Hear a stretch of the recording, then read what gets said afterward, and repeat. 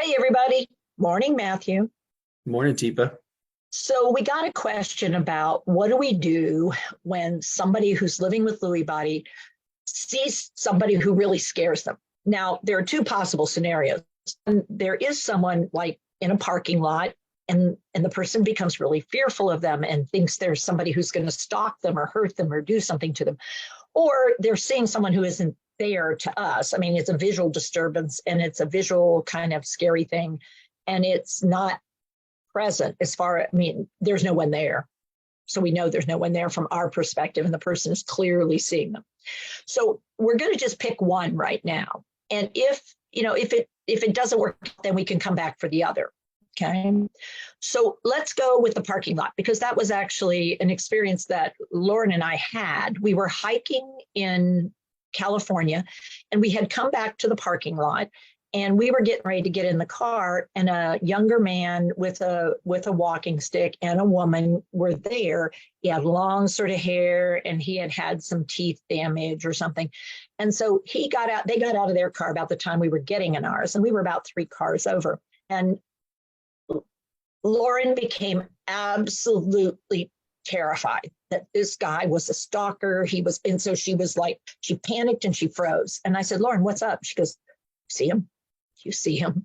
And I said, yeah, I see him. Yeah, he's there with that woman. They're getting ready to go hike. No, that's not what they're going to do. They're going to follow us. And then he'll do what he does. And it's like, whoa, wow.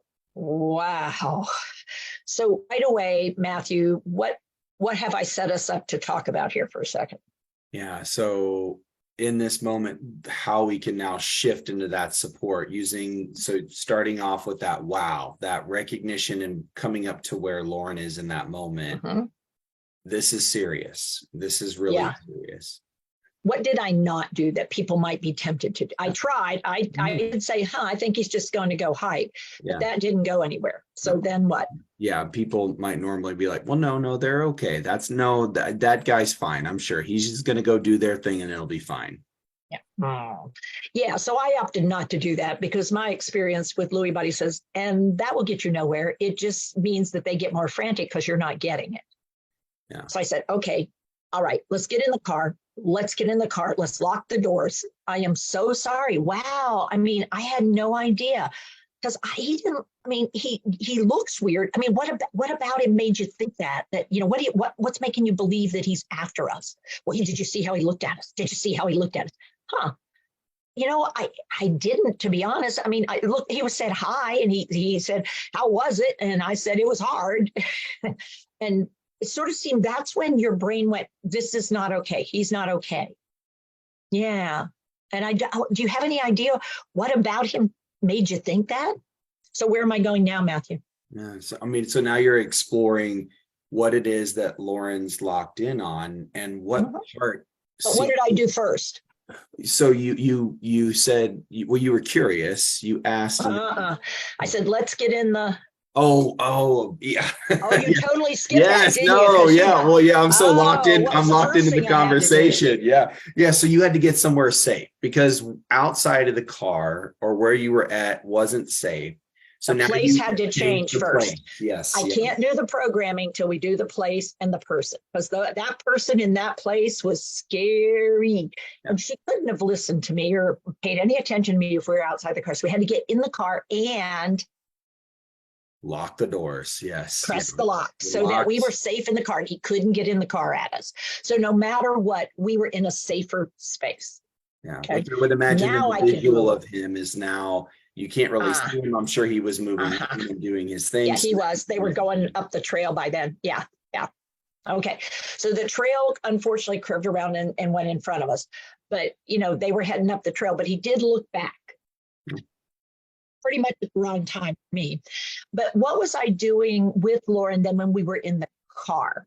Yeah. So now you were exploring, what was it about him that she picked up on that gave her that indication that made her feel that way? I mean, I didn't deny that he was scary to her. I did try to say he did. I mean, he was sort of like, but I said, wow, I also used some interjections. Wow. I totally missed that. So what about him?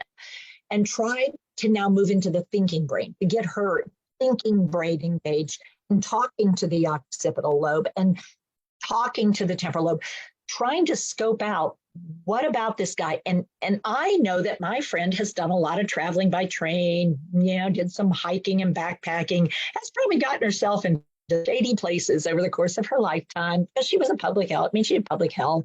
She did people who had addiction work, did inpatient psych work. So could she have had historically an encounter with somebody who maybe looked similar and had some kind of event or watched news programs?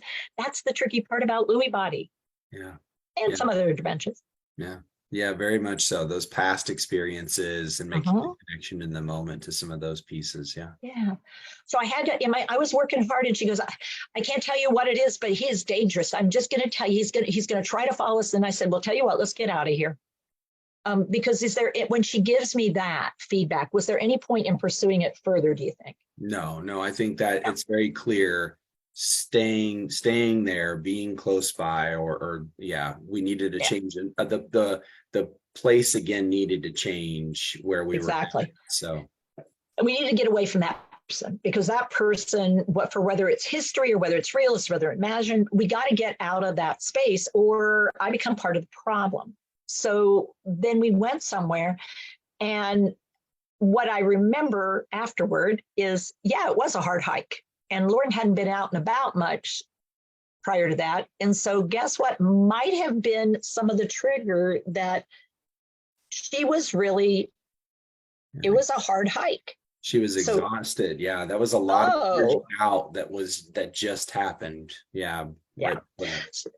So when we got in the car and we put on, I had a playlist of music from the 60s and early 70s and that kind of stuff.